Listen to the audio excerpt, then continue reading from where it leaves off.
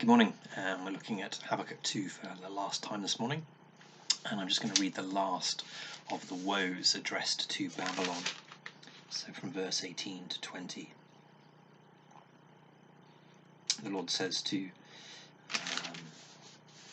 it's to Habakkuk, but then through him to Babylon. Of what value is an idol, since a man has carved it, or an image that teaches lies? For he who makes it trusts in his own creation. He makes idols that cannot speak. Woe to him who says to wood, "Come to life," or to lifeless stone, "Wake up." Can it give guidance?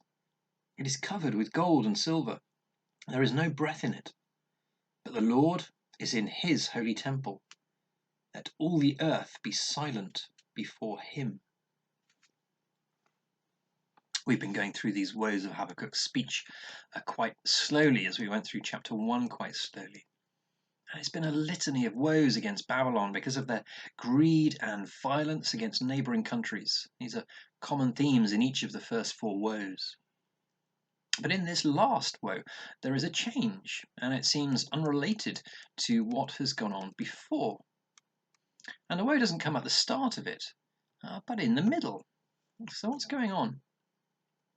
Perhaps it's the case that the idolatry of these verses is at the root of all that's gone wrong in the Babylonians' hearts and society.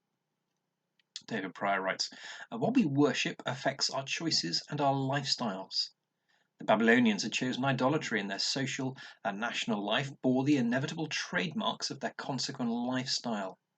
That is still true today. There is only one way to a truly wholesome, clean, and healthy society, returning to the revealed will of God." So the Babylonians worship idols. And look at the characteristics of the idols as Habakkuk describes them. They are man-made, so they are carved in wood. What value can they have in giving guidance for life, how to live healthily and well? How can they do this when they are part of the creation rather than the creator? The Babylonians worship the created rather than the creator.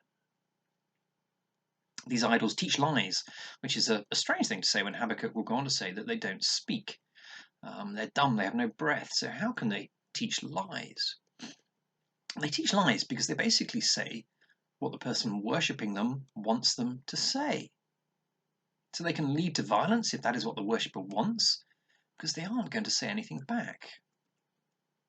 The Babylonians look for guidance from the inert rather than seek the truth from the source of life. Thirdly, these idols invoke trust. The one who creates an idol puts his trust in that idol. It seems almost comical to carve a statue and then put your trust in it, but idols come in all sorts of shapes and sizes, and we can all fall for their lies. We can all make good things our idols: wealth, fame, sex, popularity, career, family, and so on.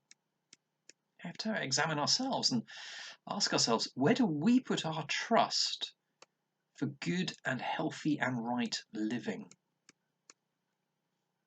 We can put our trust in lies that will fail rather than the fount of all truth, who cannot lie. Greg Beale writes in a book titled "We Become What We Worship." He writes this: "People will always reflect something, whether it be God's character or some feature of the world. If people are committed to God, they will become like him. If they are committed to something other than God, they will become like that thing, always spiritually inanimate and empty, like the lifeless and vain aspects of creation to which they have committed themselves." Paul uses the word image twice in Romans.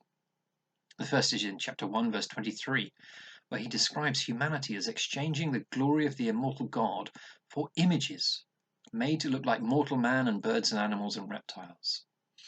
And Paul then describes the downward spiral of humanity as those worshipping these idols become like what they worship, ending with depraved minds doing what ought not to be done.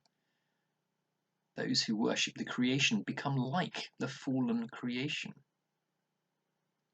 But then in Romans 8, Verse 29, Paul writes, those God foreknew, he also predestined to be conformed to the likeness, and the actual word there is image, the image of his Son, that he might be the firstborn among many brothers. Those who worship God grow in the likeness of the Son of God. So don't worship idols. They have no breath. Worship God, who has spoken and who speaks today, who can guide and lead to a healthy way of living, who deserves worship because he's holy and glorious. Listen to him. After this catalogue of 5 woes, Habakkuk finishes with, but the Lord is in his holy temple. Let all the earth be silent before him.